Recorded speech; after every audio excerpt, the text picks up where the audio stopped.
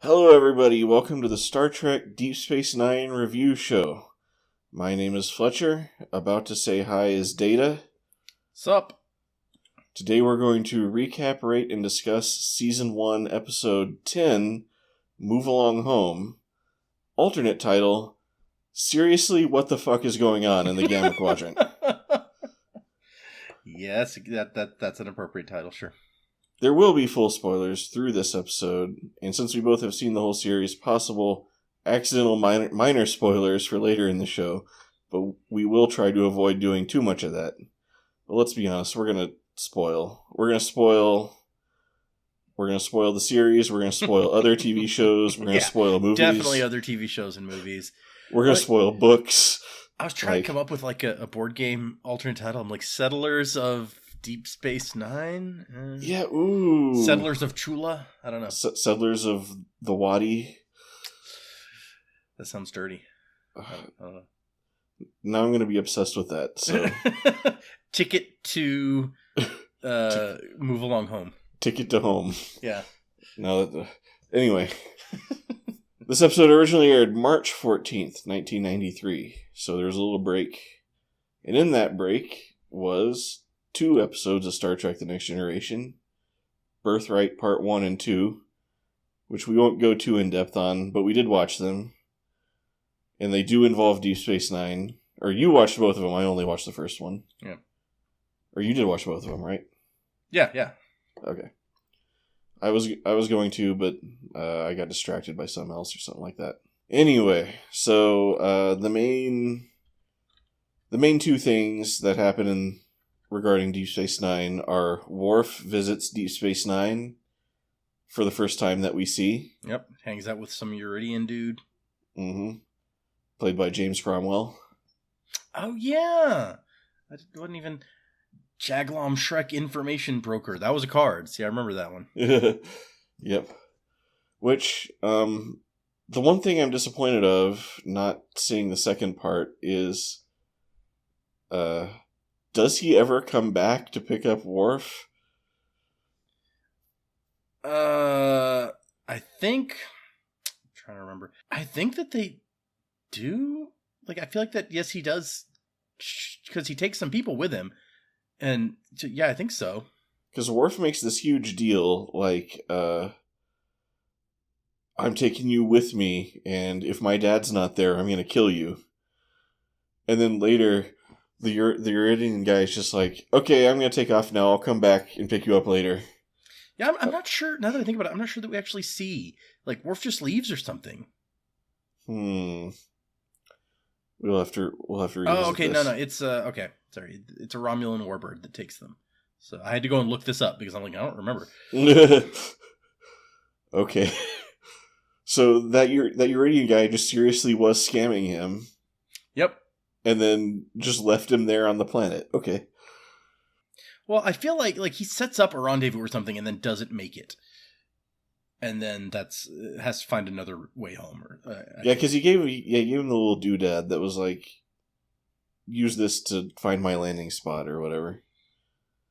Anyway, we didn't really set up like what that plot was, but I was curious about it. And then the other thing that happens is that Dr. Bashir just shows up on the Enterprise and starts using their shit without any permission or anything. I guess he got a gizmo from the Gamma Quadrant. Yeah, that's not really established either. It's just like, yeah, this thing came from the Gamma Quadrant. Which I'm sure we never see or hear of again. Yeah, I don't think so. But he basically uses it to accidentally shoot Data, and then Data has a dream, and then it turns out it's this whole thing that was put in him, the gift of dreams, when he reaches a certain point. But we find out he activated it early. Well, getting shot activated it early. Yeah, exactly. Can't really blame Data for that one. So, and then at the end, Dr. Bashir asks if he can write a paper about it, even though he had essentially nothing to do with the actual dreaming part. Yeah, but he helps out once stuff goes wrong. He's like helping them figure out what's going on. True. Because there's the part where he's like, I want to reproduce the experiment. And then Geordi's like, I'll call Dr. Bashir. I was like, do you really need Dr. Bashir, or do you just need his gizmo again? Or couldn't you just replicate that plasma blast or whatever happened without the headache of dealing with Dr. Bashir? Yeah, Dr. Bashir. He's still full on, early Dr. Bashir mode. Yeah, like he's like over the top in the Next Generation episode where he seems like manic and strange, honestly. And then in this episode of Deep Space Nine that we're talking about, I have a note where I'm like, I'm gonna pull it up because it's very specific. I said, I should probably be glad that Bashir isn't sexually harassing everything that moves in this episode, but he's still so annoying. Yeah, he does some weird stuff. We'll get to that though. Yeah. I do like the part when Data goes into the sickbay and Dr. Bashir's in there and he's like, "Oh my gosh, you're Data.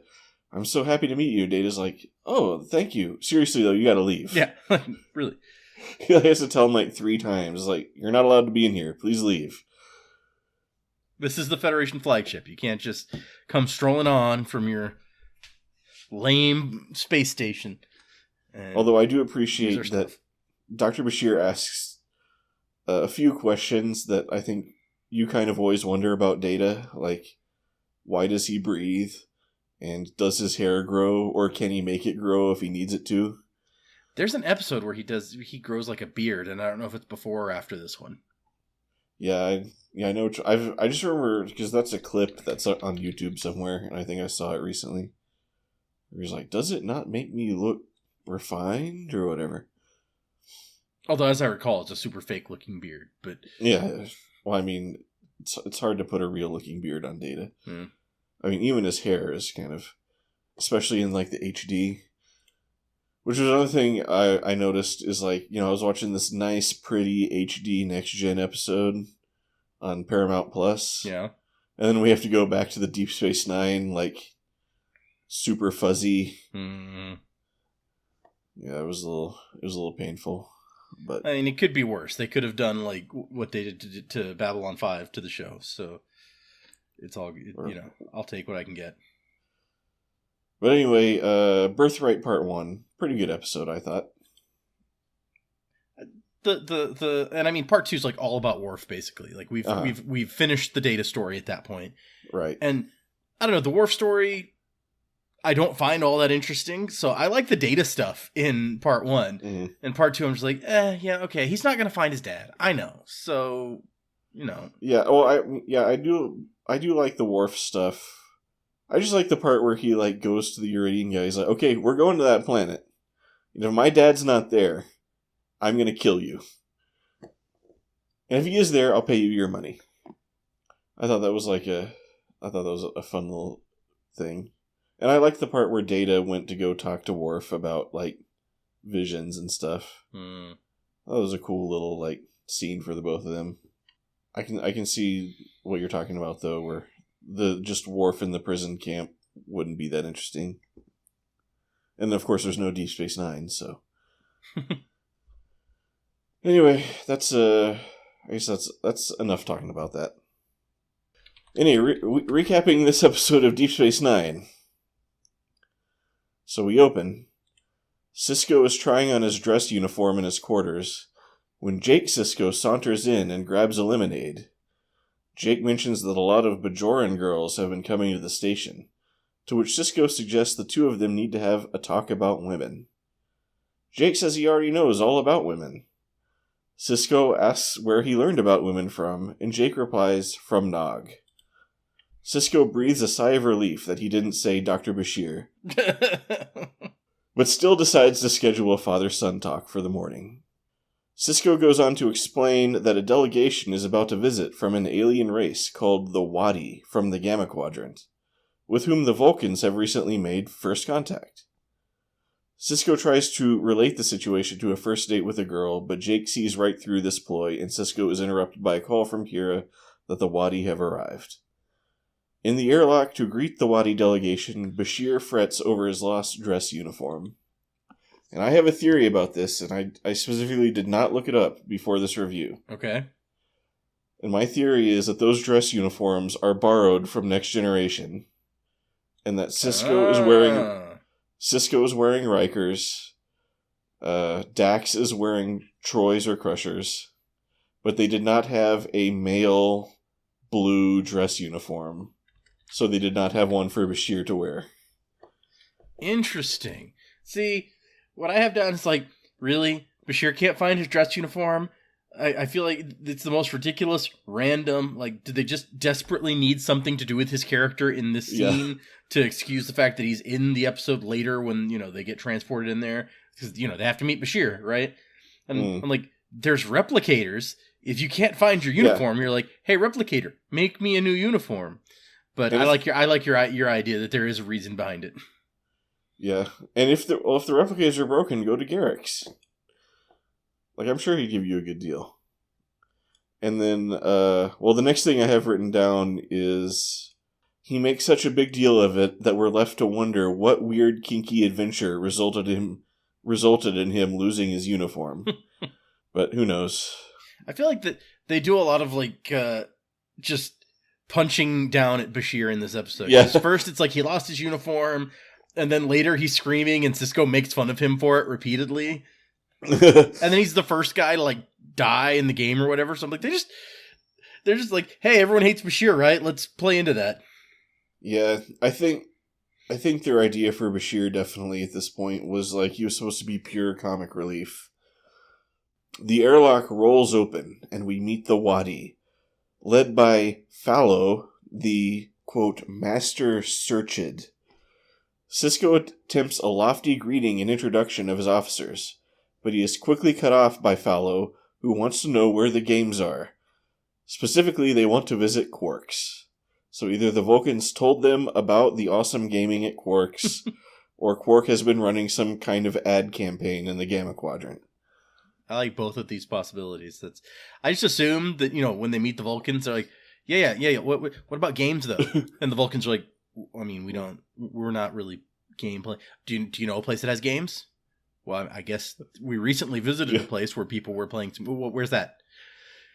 Like, I feel in my mind they're just so hesitant to get into this conversation with these aliens. Yeah, I imagine these Vulcans are like, okay, step 26 of our first contact protocols states, it's like, yeah, but the games though.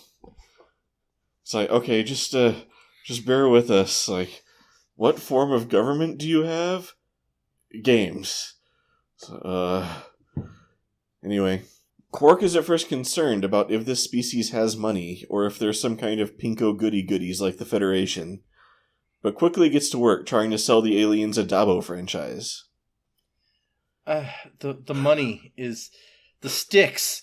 What is up with the stupid...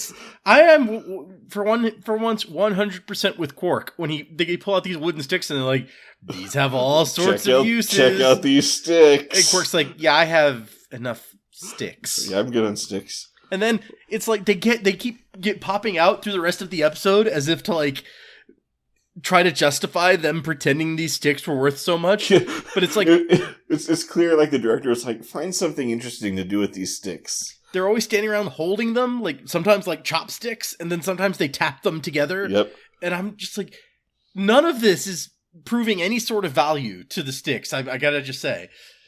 Yeah, the sticks are called Klon Peags. Yep.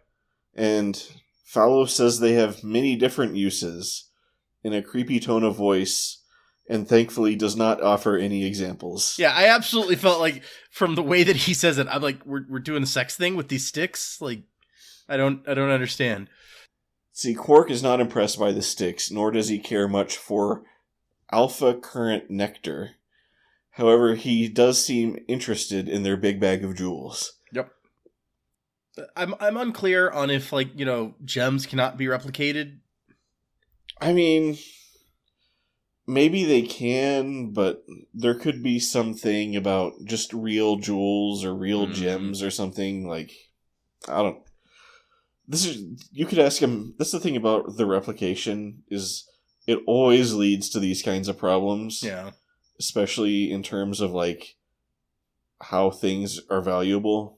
But I'm willing to take the show's word for it that Quark is savvy enough to know that these are valuable gemstones. So. Yeah, just go with it.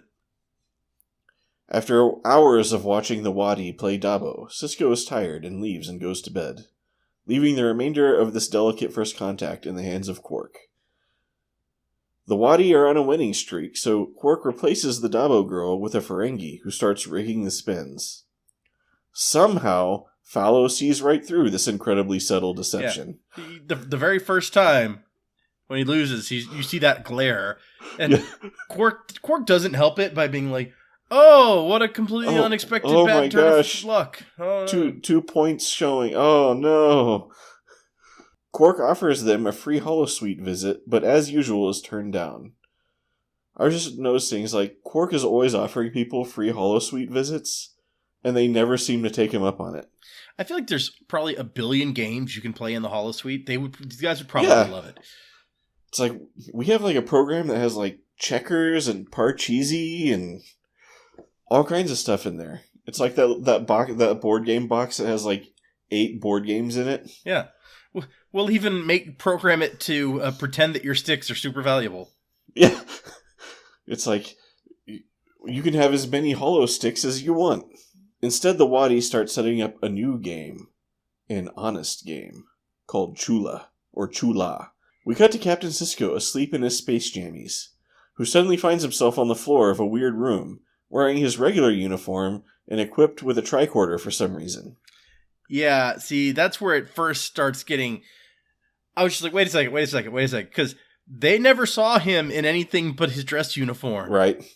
And he certainly did not have a tricorder on him, and I really doubt he's sleeping in his normal uniform with his tricorder. So, yeah, how does this game work? That it decided to put him in some of his normal clothes and also give him a tricorder. Gave everyone a tricorder. Yeah, everybody has a tricorder. And how does the game know? I hadn't seen this one in a while, so at first I was like, oh, maybe it's in his head. That's how he pictures himself, is in this uniform, because that's what he wears most of the time. Residual self-image or whatever. Yeah, but then, no, he's literally been taken out of his bed and no one can find him. So... And he was wearing pajamas. I did notice that. So the game has literally taken some of his clothes and this one piece of equipment, which he probably had in his quarters somewhere, and dressed him and maybe left his pajamas somewhere. I don't know. Because when they come back at the end of the game, they're still wearing the clothes they were wearing in the game. So it's not like that gets undone somehow. What happened to his pajamas? Yeah, they stole his pajamas. I was wondering about these pajamas, because I don't know if we've ever seen these pajamas before. And it's did the costume department make these pajamas for this 1.5 second shot where he's in bed before the game takes him? Well, apparently this episode was the most expensive of the season so far. So I guess, maybe. I mean, there's a ton of sets, so... Yeah, that makes sense. Yeah. Although, I think they kind of cut back on the budget with the makeup on the Wadi. That's true. It's we'll draw some stuff on your head. And... It's the Wadi will have mustaches and some, I don't know, draw some squares or something on their head. Speaking of makeup, though, I will say that I have a note that I feel like we finally hit Odo's makeup, and we're, at least in some of the scenes, we're about where I feel like he's going to be for most of the rest of the series. Yeah, I was kind of noticing his makeup, too. I was like, it looks a little... Because, compared to previous episodes, it definitely looks a little more, I don't know how you say it, perfected or something. Yeah, I especially noticed it in the scene where he goes up to Ops and talks to Primin, and I was and that's when it jumped out. I was like, oh, this is like Odo from later seasons. But then when he, in the scenes in the bar with Quark, I felt like we'd step back again. So I'm like, maybe this is the episode where they made the switch and how somewhere in the middle of the episode. I mean, there's a 4-week gap between this episode and the previous episode, so maybe they retooled some stuff or something, but they fired their makeup person and or just a new person started doing Odo, or they made a new mask or something. I don't know. Okay. Sisko's in the weird maze. He tries various holodeck turn-off commands with no luck, which was the correct thing to start with. Yeah. He's like, in program, turn off, exit. Well, the first thing he says is freeze program, and I was like, but there's nothing happening in this room that how would you know? So, yeah. Maybe it did freeze. He tries one of the many doors in the room and finds one that opens. He tries more doors in the next room. He opens one where there is Fallow, who tells him to move along home. Suddenly, Cisco hears the sound of weird screaming. He follows it to find Dr. Bashir doing something. Kira and Dax also show up, having been lured by the screaming. In fact, Dax seems more annoyed by the screaming than concerned that they're all trapped in the wacky maze. Yep. It does lead to one of my favorite moments in the episode, though, where Kira is like, look, you Starfleet people probably love this shit, but I don't do, like, this is not me. I'm not interested in exploring and figuring out what's going on here. I'm an administrator. It's like, I took this job so I didn't have to go to all the weird planets where this crap is always going on. Okay. Also, I have to note that we started here, and they're like, Quark is having to play this game with the 4 pieces representing... He doesn't even know at this point that they're representing the 4 characters. And they're just like, you have to make bets on this game, and also we're not going to tell you the rules, which I feel like already we're not at an honest game. They told you the rules to Dabo or let you learn the rules before you had to bet money on it. So, like, what kind of assholes are you that just, like, if you want to play, you're going to have to bet, but we're not going to tell you how to play. So you're going to roll, and you're going to have to take our word for whatever the rules mean. So he says, you have to play as you learn, which is fine. Like, you know, I'm sure, like, there's plenty of games where one of the rules is you have to learn as you play or play as you learn. But he says that only children start on the first shap. Yep. So when children learn the game, do they learn the game by starting on the first shap? I feel like Quark is being cut out of some essential part of this game. Well, and really, I mean, I also have this noted later on, but it's just like, this game, from Quark's perspective, is like super boring. Like, yeah. As far as we can tell, he throws some dice, they move the things, they're like, this is happening, and then the people in the game have to get around whatever the obstacle is, and they're not even watching them do it, because Quark, if they were watching, Quark would know, oh, hey, these guys are in the game, I'm playing them, which he doesn't. So, as far as we can tell, they're standing around, and the people in the game are winning or not winning each shap, and then the Wadi are like, okay, your guys passed that shap. Yep. So anyway, those 4 people are in the game. Luckily, everybody has tricorders, although it doesn't really do much for them. So I don't even know why they included that.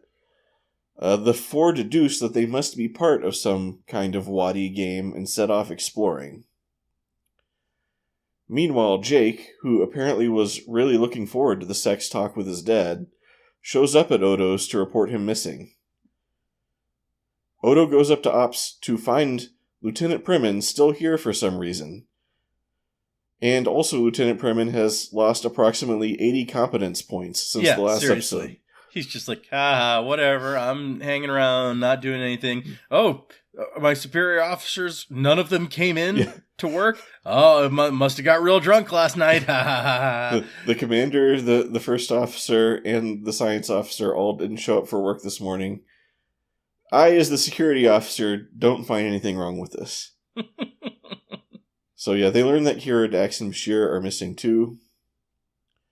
Back at Quark's plays the Chula game, which from his point of view consists of rolling dice and having Fallow say mysterious things in response. Yep. We quickly see that his rolls correspond to challenges faced by the characters in the maze. The first of these is a room with a little girl playing hopscotch while singing a rhyme. The ultra-difficult solution to this room turns out to be to just mimic what the girl does. Yeah, and I was like, after watching it, I'm like, Shap 2 really is super easy. I can see why you wouldn't start on Shap 1 if it's even easier than this. Yep, Shap 1 just must be super baby. This scene also serves as a test of commitment for our 4 actors. I was just thinking, like, how much is Avery Brooks really going to commit to this hopscotch? But he's a pro, he does it. Yep. Like, I was surprised that Kira was willing to commit as hard as she was, character-wise. I was like, she should be like, no, this is stupid. I'm not going to do this. Yeah, I think she played it right, because she doesn't even sing the song. She just kind of mumbles it. Yeah. I also like that they, like, Bashir thinks that, I just have to step like the girl is stepping, and hits the wall and gets knocked back. He's like, what could I possibly be missing? Yeah, he's like, I did everything that she did. And Dax is like, I'm the salutatorian of Starfleet Medical. And so Dax does the thing. She's like, you also have to sing the song. But then Dax also does like the hand motions. No one mentions that like, you also need to do the hand motions. It's just like taken as rote that after Dax makes it by singing and doing the hand motions, everyone's like, okay, I guess we'll do the hand motions. I think by that point they're all just like, okay, do whatever the little girl does. Odo shows up in Quark's and finds the Wadi and Quark playing the game. Quark and Odo come to the realization that the missing officers are inside the game, and they share the unspoken conclusion that if you die in the game, you die in real life. Either because they've both grown up in the Star Trek universe, or they both just watch too much TV.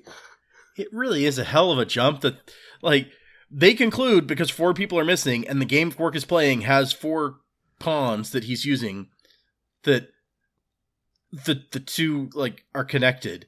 And I was like, I mean, that's a jump. Like, yep. Yeah, it's a real big jump. Especially just like when they get those looks on their faces, they're like, oh my gosh. It's like these guys are in mortal peril. But it really just does underscore when you get to the end and there was never any mortal peril, that the entire episode was just pointless. Like none of anything that we saw happen had any risk associated with it. So it was like, okay, well then why? Yep. So the next challenge is a room full of people eating and drinking. Soon the room begins to fill with poison gas, which the 4 characters begin to choke on. Bashir sees that the NPCs in this room are not affected, and decides to try drinking the drink that is being passed around. This turns out to be the antidote, and all are saved. Yeah, it's just made more egregious by the fact that, like, game fallow, which I don't understand why there's a fallow in the game, by the way, but just besides that, like... Well, it's his version of it's his copy of the game. Okay, yeah, so, maybe you put yourself... Yeah, okay. But, like, game fallow is holding a drink and goes up to Cisco and is like, drink! Ha ha ha ha ha! And then... So I'm like, he just blatantly tells the solution to the puzzle. So I'm like, so the super difficult puzzle is somebody says drink, and then you have to drink. And so I was like, at this point, my notes, because I'd written the note about like, how is this fun for people outside of the game? And so then my note here is like, the trick to Shap 3 is literally to just drink when one of the characters walks up and says drink. Forget not being fun for people in the real world. This isn't fun or interesting for anyone. Yeah. This is the lamest puzzle in a game ever. Yep. It kind of reminds me, have you seen the Saw movies? No, I don't know. So basically, just in the Saw movies, the guy kidnaps them, puts them in a puzzle, and he always just blatantly tells them the solution to the puzzle right at the beginning. Mm. He's always just like, cut off your arm in the next 15 minutes and you'll live. And then the drama from the Saw movies is people being like, I don't want to cut off my arm. What do I do? And then they fail to do the simple instructions, and then the trap kills them. Mm. So this is like that, except way less exciting. It's like, drink. It's like, oh, okay. Yay, you passed Shap 3. And everyone in the real world, all the Wadi gets so excited whenever they clear a Shap. And I'm just like, why? Like, you're how do you even know? And then why do you care? But whatever. Yep. While Primin and Odo search for the missing crew, they find something on the Wadi ship that seems to be a continuously running transporter. Odo beams aboard the ship to investigate, enters the room where the phenomenon is occurring, then immediately finds himself back at Quark's, just in time to see Quark make his next roll. And Fallow gives him like this really knowing look, like, oh, I know what you did. Yeah, did it? I love that the Wadi just set up this ridiculous, like, booby trap for just to troll people. I can't think of any other explanation for what's going on here. I also like that, like, Odo's like, oh, this must be where they're keeping our people. I'm going to go get them. And George Prim's like, wait, no. You can't just go onto somebody's ship like that. That's against Starfleet regulations. And I'm like, so they kidnapped, like, your captain or your commanding officer and several other senior officers, and you know where they're holding them, but you can't just go in there. That would be violating their... That's ridiculous. Yeah. Like, I've watched a lot of Star Trek, and I don't think that's ever been an issue. Once your people are kidnapped, you're allowed to go in there. there's got to be some kind of like probable cause or something. So this next roll simply ends in a cluster of lights in the maze, which grabs Bashir and makes him vanish. Yep, and apparently I did read that this is Terry Farrell was going to appear in Birthright, Dax, but she, because of her work on this episode, she couldn't film that. But since Bashir got finished early because he randomly disappears, he was able to make it onto the episode, and that's why it's him. And I was wondering, like, the next gen sets and the Deep Space Nine sets have got to be on the same lot, right? Or you would at least think. real close to each other. So, like, it's just got to be a matter of, like, you can just stay in your same costume. Yeah, you don't have to change costume or makeup or anything, probably. And then, like, walk down to the next gen sickbay set. The thing also said that there was the original or an early ending of the episode was that they win and, everyone comes back except Bashir because he disappears at this point in the story. And so Quark's won all this money, but Bashir is not coming back. And the Wadi are like, well, I mean, you can have him back if you give us all the money you just won. That would have been an interesting ending. Yeah, that would make them seem really shady, quite honestly. But they already seem kind of shady. Well, yeah, they are bizarre. I have, my note says the Wadi are the worst aliens ever. Like, not only is the makeup super lazy, but they're just assholes who kidnap you and put you in a game without your permission or even knowledge. And then afterwards, they're like, what? It was just a game. They're worse than the dumb goo monster that killed Tasha Yar. Oh, are you kidding me? Armus. Armus is the best. There's a great episode of Lower Decks where at the end of the episode, one of them is like, hey, I swiped this interplanetary communications device where you can just like basically like cast your voice to anywhere, essentially. And like, man, what should we do with it? And one of the guys is like, let's prank call Armus. And then you cut to Armus and they're like, hey, Armus, you suck. We're touching your stuff. And he's like, what? Where are you? What stuff? It's all mine. I am Armus. It's a really great moment. Anyway, Quark decides to try the risky path to make the game end sooner, because he's an expert on games. The result turns out to be that he has to sacrifice one of the players. Quark begs and grovels to Pharaoh to not make him do that. Pharaoh says fine, and says that they will just have the computer choose a random player instead. Back in the maze, the 3 remaining players hear Dr. Bashir calling for them. They follow the voice to a weird cave room where Dax is injured by rocks or something. This cave is full of earthquakes and bottomless pits. Dax asks them to leave her and save themselves, but Sisko and Kira insist on carrying her. So the thing where Quark had to sacrifice a player, I guess, doesn't count. After a long time wandering around the cave, the 3 fall down a chasm. Suddenly, Sisko, Dax, Kira, and Bashir are all back at Quark's. Quark interprets this as a win, but Fallow corrects him that all the players were lost. Kira angrily asks if they were ever in any real danger, to which Fallow laughs and says, "It's only a game." Sisko at this point is outraged until Odo points out it was Quark's cheating that started all this. The Wadi pack up and leave. Epilogue. Quark was able to secure franchise rights to Chula, and the game quickly appeared in game stores all over the Alpha Quadrant. The game received relatively poor reviews on Board Game Geek. Later, the Wadi tried playing Chula at their first contact with the Jem'Hadar, and as a result, their entire civilization was destroyed. Yeah, probably. This is such the entire game is just not even like the game happens when you walk in with this box. And then you open the box, and the Dabo table disappears, and you get this new thing. And then you close the box at the end, and everything disappears, and the Dabo table comes back. And so I was like, how does any of this make any sense? Yep. It's such a... My last note that I have here is, I remember this episode. It's been a while since I watched it. I remember this episode as being dumb but fun. And on my rewatch, maybe I was just in a bad mood. I don't know. But on my rewatch, I'm like, where's the fun? Like, this is just dumb. I think it's just fun how baffling everything is. And it's like every single thing, it's like, who wrote that? It's like, whose idea was this?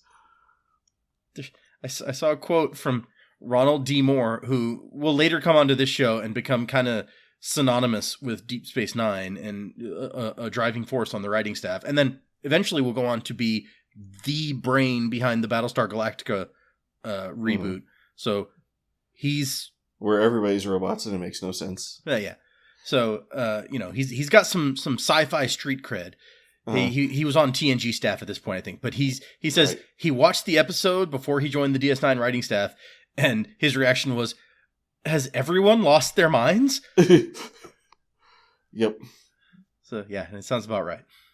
I want to know how this episode was pitched. I want to know how it was broken down in the writer's room. And how somebody said, like, it's like, and then they hopscotch out of the room. And everybody's like, oh, brilliant. Yes. Perfect. What a satisfying payoff to that scene. Anyway. Apparently, the writer says that it was inspired by an episode of The Prisoner called Checkmate. Okay. So, I guess there's the inspiration for it. I've never watched any episodes of The Prisoner, so I can't speak to how similar it is to that. It also reminded me of a movie I'm going to totally spoil. That I'm pretty sure you and I watched this movie. It's called The Game with Michael Douglas. I gotta look this up. It doesn't sound familiar to me, but that doesn't mean anything. It's where Michael Douglas basically signs up to play a crazy game. And then it's not clear through a large part of the movie if stuff that's happening is stuff that's supposed to be happening as part of the game, or whether, like, stuff has gone horribly wrong. Okay. Because there's parts where he, like, gets kidnapped and, like, taken to Mexico and, like, all this crazy stuff. And at the end, he has this, has this pistol. And then, like, the people that are with him are like, oh my gosh, where'd you get that pistol? That pistol's not part of the game. And he's like, yeah, whatever. And he goes crazy and he, like, shoots the people and kills them with his pistol that's not part of the game. And then he's like, what have I done? And he, like, tries to kill himself by jumping off this building. But then he falls through this skylight and there's this giant airbag under the skylight. And it turns out the pistol that he acquired himself somehow was part of the game. Wow. And then it's like, everybody's there, because, like, the game was a gift for his birthday. And, like, so everybody's there, and they clap for him for having just tried to commit suicide. That's intense. And then they're like, happy birthday! And then they have a big birthday party, and they give him a t-shirt. I don't think I've seen this movie, so... I'm 99% sure we watched it on DVD or something. We rented it. It could have happened. We rented a lot of stuff once upon a time. That's true. I know it's not as memorable as the Hip Hop Witch, but... Yeah. All this talk about the game, and I'm just like, oh, now I've lost the game. Oh no! Not that thing. So, yeah, this episode is a thing. Mm-hmm. It's a real thing. So I have... I just have two quick things I'll mention. O'Brien is still on vacation. Yep, still gone. But Jake's, appears. So yeah, we got Jake. And I guess Jake just doesn't have school while Mrs. O'Brien is... Yeah, I think he says that. Yep. Because Odo's like, go to school. And Jake's like, oh, no, we don't have school. We go and watch girls. Yeah, it's like this is why we had the school to begin with. Yeah. To stop stuff like this happening. And just kind of like what you're saying was like, were the writers... Because you're saying, like, what is going on? So I was like, were the writers just trying to convey that, like, the Gamma Quadrant is just totally crazy and alien? Like, were they just trying to have all the weirdest aliens be from the Gamma Quadrant? There's a species that hunts for fun, and that's, like, their big thing. And now there's a species that plays weird games. It seems really... What's the right word for this? It seems very, decadent. The aliens that we've met are it's like, we have all of these entertainments because we don't actually have to do any work. Yeah, like hedonistic. Yes, that's a good one. Yeah, and I kind of just wonder, like, I'm still curious what operation, like, what Alpha Quadrant operations in the Gamma Quadrant are like, because we hear about, like, trade missions going through. I mean, apparently some Vulcans are out there making first contact with people. Yep. But, just back on the station, they're isolated from all of it. Which I guess is, like, kind of important for the premise, because we don't want to betray the premise of this is, like, a space station, and the people are living here and kind of stationary. Yeah. It's kind of like a port, where you see the ships coming and going, and you see all the interesting people coming through the port, but right. You're like a local, so I understand why they don't just have, like, our people out there exploring the Gamma Quadrant, but it just makes me more and more curious, like, what's going on out there. Anyway, you have anything else you want to bring up?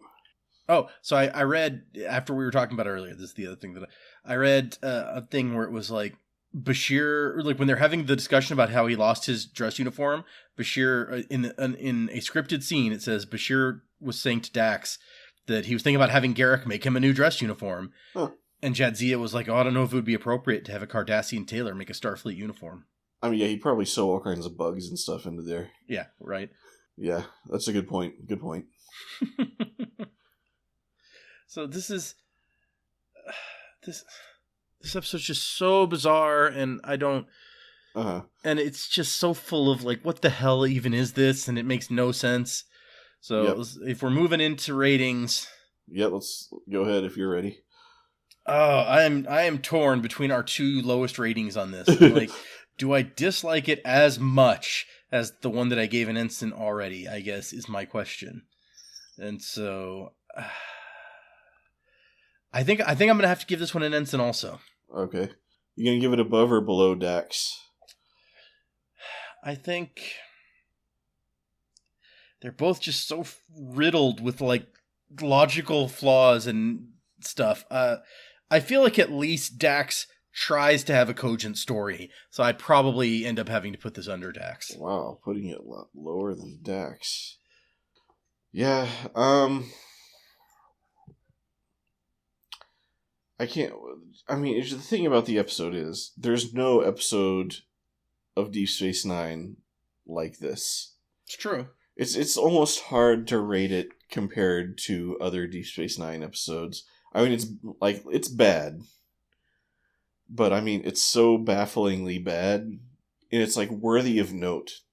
Like, there's some episodes that are just bad, and you never want to watch them again, because they're so just dumb.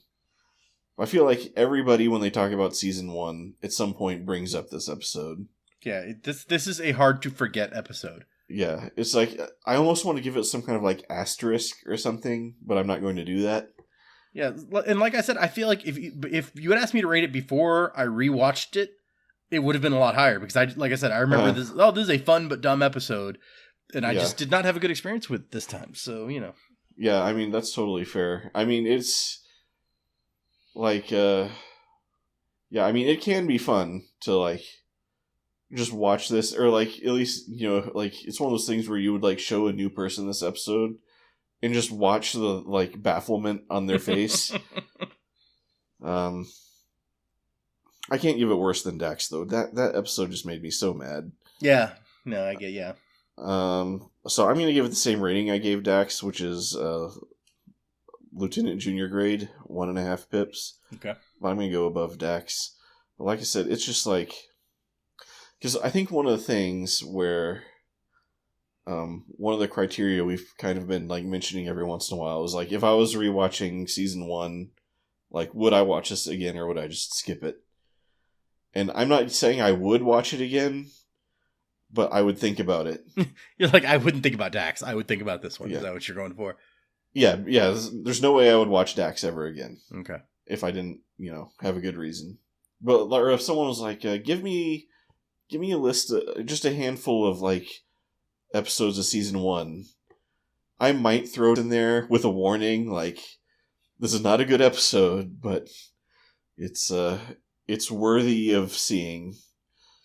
See, it's so weird because I feel like, before we started rewatching, I hadn't watched season 1 in a while. I'd watched some of the later seasons more recently.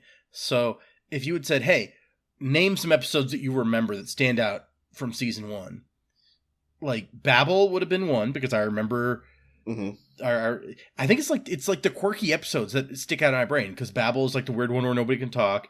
The Q episode is, weird and memorable because it's Q. For sure. This one would have been one, and then probably like If Wishes Were Horses, which is coming up later, because once again, it's like a weird story, a very strange, quirky story. Like, those are the ones that stick out in my brain as, oh, I remember that. I could, if someone gun to my head was like, name episodes, I could name those. But they're not that good of episodes. Yeah, and there are much better episodes in this season, but I wouldn't have been able to tell you past prologue. Like, I didn't remember that at all until we watched it. I was like, this is actually really good. Yeah, that's true. I was thinking about this episode. Or not this episode, this season. Because I remember, like, the first time I watched this season, and, like, the first time I watched their early couple seasons was after I'd already watched, like, some later seasons of Deep Space Nine. And I told you about, like, there was that channel, they did, like, 2 Deep Space Nine episodes, like, every morning at, like, 2 a.m., and I would just record and they, like, played the whole series, like, just over and over and over again. And so, like, I just got to a point where they started fresh, and I, like, recorded them, and I would, like, watch 2 episodes a day. And it was, like, I don't remember much of my reaction to this first season, but, like, I just remember, like, in season 2, when it starts building up to stuff that, like, becomes the central stuff of Deep Space Nine. And I just remember being, like, really frustrated at how slowly paced that development was. But this season doesn't even have any of that. No, it's got nothing. It has, not like, trying to build anything yet. Yeah, and I was thinking, it's like, we haven't even seen Dukat since the first episode. That's true. It's like, you might completely forget that he's in this show. When he's, like, such a major, like, part of the show. I'm pretty sure that I also saw, like, later episodes well before I saw these, because my brain is, like, set to bald with a beard Cisco. Right. And so anything before that feels strange to me. Yeah. And, it's like Commander Cisco instead of Captain Cisco. And wearing the old uniforms instead of the new uniforms and stuff like that. And I guess it's kind of like Riker and the beard in Next Generation, where it's like, no, Beard Riker is Riker. Who's this guy? Yeah, or, like, they have their old uniforms, and then Pulaski's there, and then Data's acting kind of weird. And that's some true. Of those early episodes. They get the new uniforms after a couple seasons, which I remember reading about. It was like Patrick Stewart basically put it on the line. It's like, no, these are uncomfortable. You're going to get us something new, or I'm out. Yeah. But whenever they had flashbacks to those years, they always made sure to, like, put them in those uniforms. They're pretty good about stuff like that, I feel like, about trying to keep... I think we talked about that. You were telling me that there was, like, the guy who was in charge of, like, keeping track of that. Yeah, I told you about the thing I saw where basically the guy who designed those new uniforms to not be uncomfortable anymore kind of took it upon himself to establish, like, a uniform continuity for the entire Star Trek franchise. Somebody had to do it. Yep. Like, everyone's in a dress uniform except, well, not Bashir, but also not Kira. And I'm like, I assume that they just don't have a Bajoran dress uniform at this point. Maybe not. Maybe that's not even like a meta, like the show doesn't know what her dress uniform would look like. Maybe it's just like the provisional government hasn't been around long enough to address, like, dress uniforms for the military. Yeah, it's like they have other priorities. I mean, we do see they're having problems with their aqueducts, apparently, according to Picard. Because that's why the Enterprise is there. Yeah. To help with their aqueduct system, so... They're probably having problems with everything, let's be fair. So, we don't get much, like, insight into what's going on down on the planet. Like, how much progress they're making. Like, we've been to the planet, like, once? Like, is the pilot the only time we've gone down to the planet? I'm pretty sure it is. Huh. So yeah, we don't know, like, are they writing a new constitution, or, who knows what's going on. So I mean, in that first episode, Kira seems pretty confident that the government's not going to last, and they'll probably kick the Federation out once, there's turnover and a new government again. Yeah. And so, yeah, we haven't seen any of that. Yep. So, yeah, that's another weird thing about this first season, I guess, is just, like, not, like, we haven't seen Bajor in a while. Like, we haven't seen any of the Kais or whatever. We have the loosest possible idea of how, like, the authority works here with, like, what kind of authority does the Bajoran government have versus the Starfleet officers who are actually running the station for the most part. Yeah. It's like we saw in the Dax episode, they had, like, the Arbiter who showed up. So it's like, okay, so I guess legal proceedings, you have to have, like, this Bajoran official because we're in Bajoran territory. That kind of makes sense. But beyond that, it's just like, what kind of authority does anyone actually have? Like, yeah, what kind of authority does Odo have versus, like, the Federation here? Yeah, and I think, part of that's, like, sort of intentional for the show. Yeah. Where it's, like, kind of a Wild West situation. Yeah, we're establishing things as because we had that whole argument when George Primmon shows up, where it's like, who's in charge here? Odo wants to know. And so, they haven't established a lot of this, and it seems like it's not just that we don't know. It's that in universe, everything is so new and unusual that they haven't established it either. So, yeah. And I feel like sometimes, like, Sisko just kind of, like, makes a decision based on what's most convenient for him at the time. Yeah, that definitely seems to be a thing. This is a Bajoran matter. The Federation shouldn't get involved in this. Or, when he's in charge of this first contact, or I guess technically this must be like a second contact because the Vulcans already made first contact. But he's in charge of this, and then he gets bored, and he's like, yeah, I'm leaving. Tell me if they want to do something else. Yeah. Yep. That's another thing. I was like, it's really more of a ceremonial first contact than... Yeah, like, I guess. Because, I mean, they met the Vulcans. So I don't know what that was like. The Vulcans were like, okay, go to Deep Space Nine, and then we'll have, like, a proper first contact. We'll, like, give you your certificate of first contact. Like, you can hang on your wall that you met the Federation or whatever. They keep bugging the Vulcans about games, and you got, like, the one Vulcan guy trying to teach them 3D chess, but they're like, but what do the rest of us do while you're playing? Can we clack our sticks together? It's like, what, this doesn't incorporate, what are those things Kidnapping called? It's like, this doesn't incorporate prog whatevers. Oh, like Klon Peag or what? Yeah. Klon Peag. I don't know. Klon Pag. I don't know. It's like, I mean, do we hold them like chopsticks during this part, or do we clap them? It's weird because a part of me wants to know if they're just screwing with these people, be like, these are super valuable, or if they're serious. On some level, I want to know what he means by, like, they have lots of uses or whatever. But on another level, I really don't. I think there's a strong indication that the Wadi may be, like, a species of trolls. Yeah, okay. No, that's... In fact, that would make the episode make way more sense. It's like, Odo in the weird transporter room. And then just them constantly trying to push the sticks on everybody.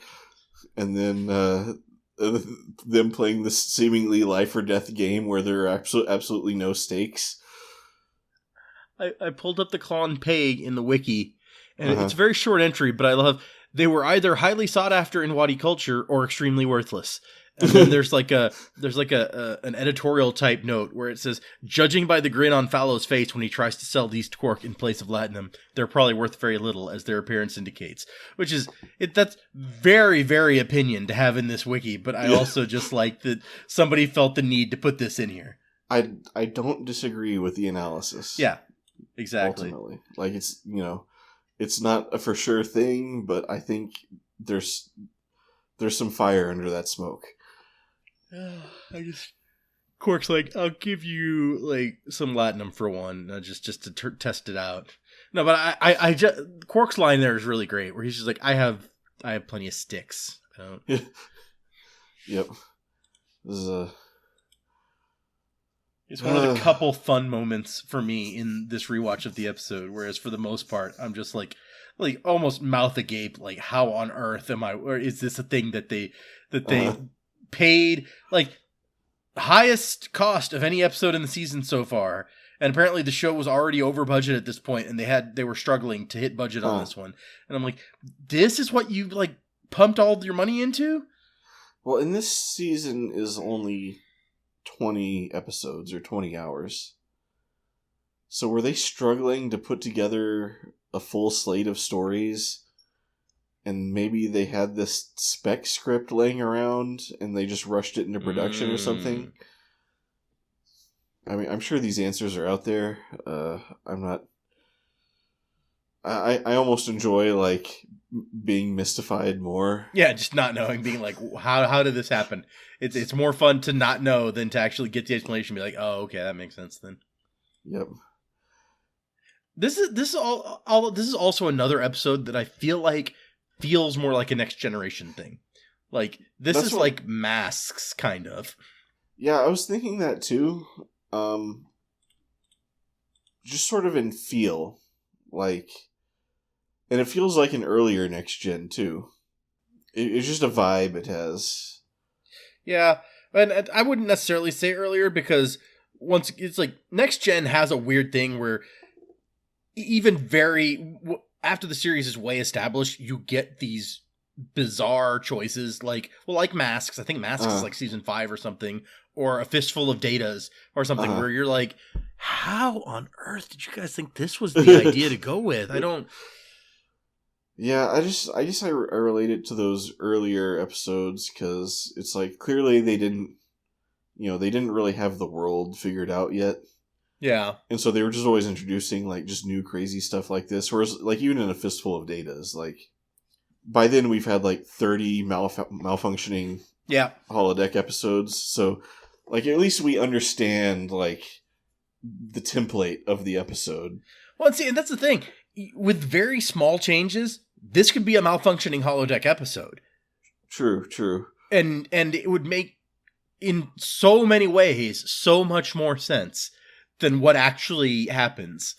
So, like if you were like, oh, Quark cheated and now they want to play their own holographic game, and Quark tries to interface it they invite the senior staff to take part, and Quark tries to interface it with the Cardassian technology / Federation technology, and things go haywire, and then you're like, oh, okay.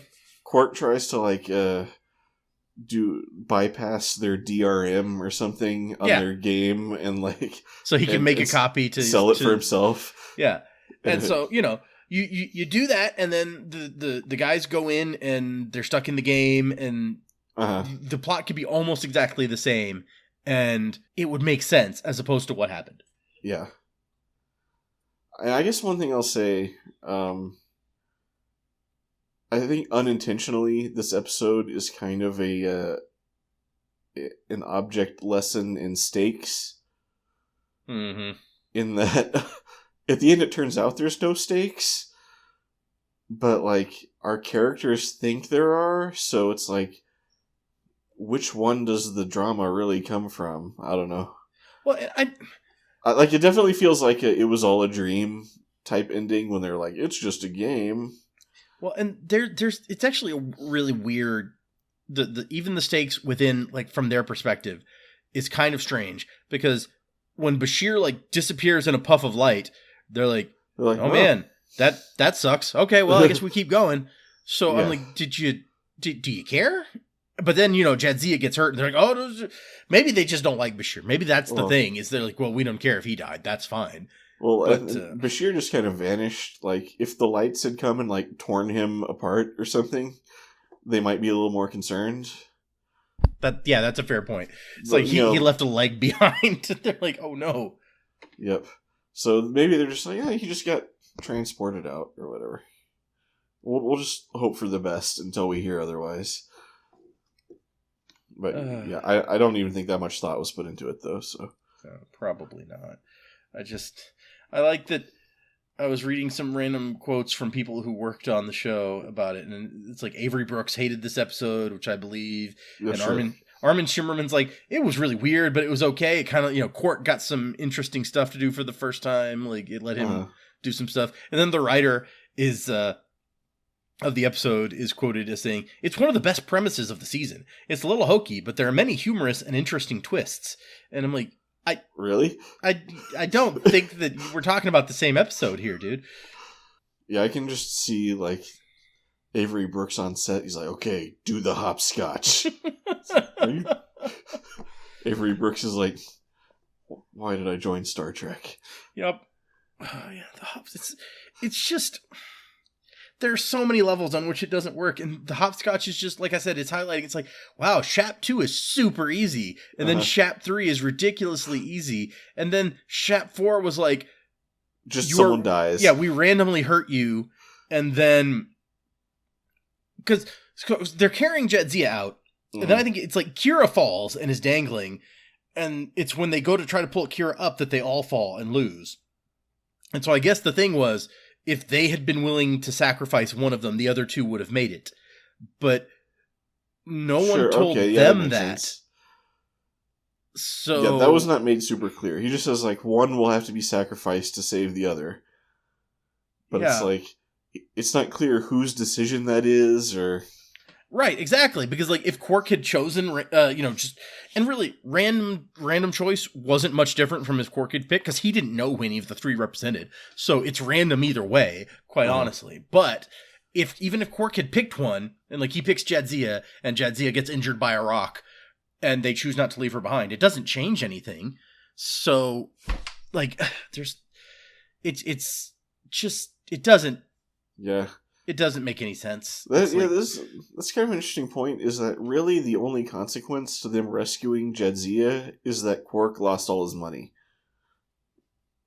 Yeah, I guess so. Because otherwise, I guess they just would have gone on to win the game. Right, yeah, that was the last move or whatever. So, and maybe that's part of it, is that for all that this game is played up and it takes up an entire episode, there's 3 things that happen in the game. Like, there's the hopscotch, there's the drinking, and there's the final leg, which is in the cave and falling rocks and stuff.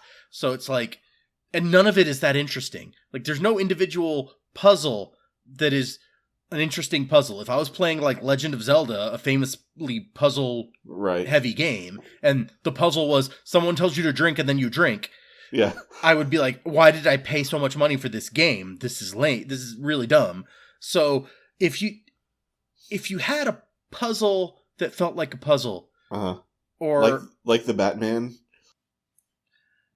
okay, sure, because there's actually, it feels like there's thought, and there's even from the very first mystery, like this thing carries, like the carpet tool in the Batman carries from the very beginning to the very end, and is integral to solving the overall thing. So that feels like a conducive, somebody plotted this out, and the puzzle is actually puzzling. Like, Batman doesn't even it doesn't know enough to get it himself. He needs some help. So even though like did you see how it should have ended for that? Where it's like, I did. I don't remember it, but I did. The instant Batman finds the tool, like, he holds it up. He's like, "Does anybody know what this thing is?" Yeah.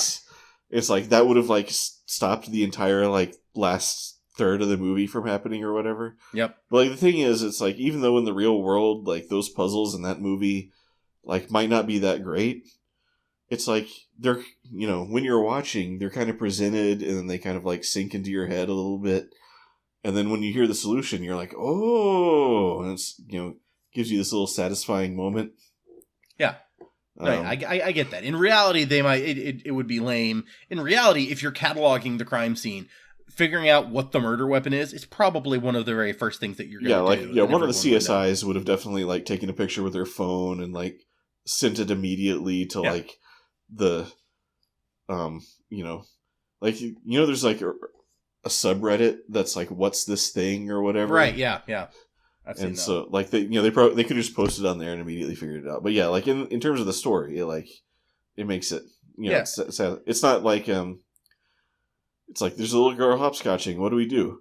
Let's also hopscotch.